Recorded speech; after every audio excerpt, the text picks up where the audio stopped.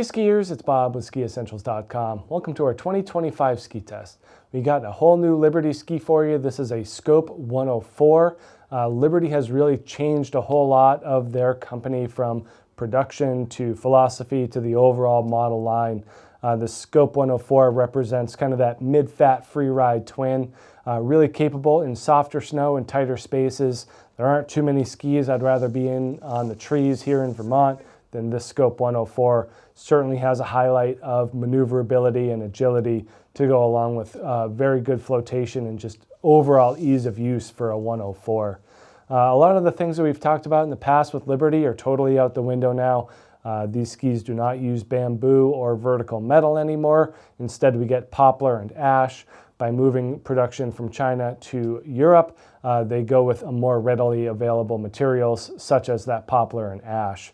The ash definitely gives the underfoot zone its stiffness and stability, while the poplar gives the tips and tails that flexibility, that creativity, the more adventurous spirit. So we also get a phenolic plate underfoot. So phenol is used in sidewalls and racing skis. So it's a stiffer type of plastic than kind of what we see in more normal ABS sidewalls. So they take that phenol and put it underfoot in a horizontal manner, and it stiffens that underfoot zone and gives the ski a really good edge grip underfoot for a 104 that doesn't have a whole lot of power or other additional materials to it. So you get that nice underfoot zone.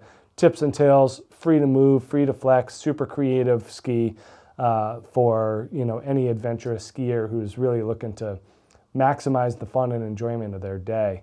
But yeah, pretty cool ski. Definitely has that flex. There aren't too many skis with a more flexible tip and tail while keeping it pretty stiff underfoot. So the underfoot zone is really where we see that core thickness that we always talked about with Origin carry through to Scope. We also get a center mount line here as well. So if you're looking for something that has pretty good balance to it, then center line will open up kind of that freestyle aspect. I think most people will kind of settle on that recommended, which is about 3 centimeters back from center, 3.5 centimeters back from center, just giving a little bit more directional mentality and overall usefulness. But they're pretty light too. This is the 180 on the scale here at just over 1,800 grams. So for not having metal, it's definitely on that lighter side, really easy swing weight. You see that thickness of the wood in the middle really play off the thinness and flexibility in the tips and tails, creating that very specific character that really makes this thing kind of loose and surfy at the tips and tails, and then a little bit more business-like underfoot. We do get some nice positive camber under here. It does kind of end, a little bit shorter. This ski also comes in a 94, which has more camber to it to go along with that narrower overall width.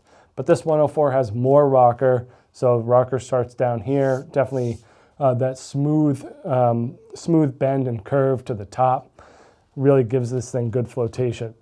Super easy to maneuver in the trees, and then nice long tail rocker. This is kind of similar to what we see in the Origin 106 that is no longer with us anymore, but same type of round tip and tail shape as well to those outgoing Origins. A little bit spoonier in the shovel. So nice taper here, really going to stay on top of the snow.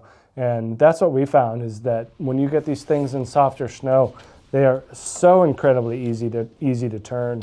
Here in Vermont, we do end up with a lot of firm snow, and there are better options in the 104 range, and if you're looking for edge grip and power and stability. But if you're looking for mobility, more creativity, free ride access, there's not a whole lot better than this new Scope 104. Make sure you check out these new skis here at SkiEssentials.com, and we will see you out there on the hill. Bye.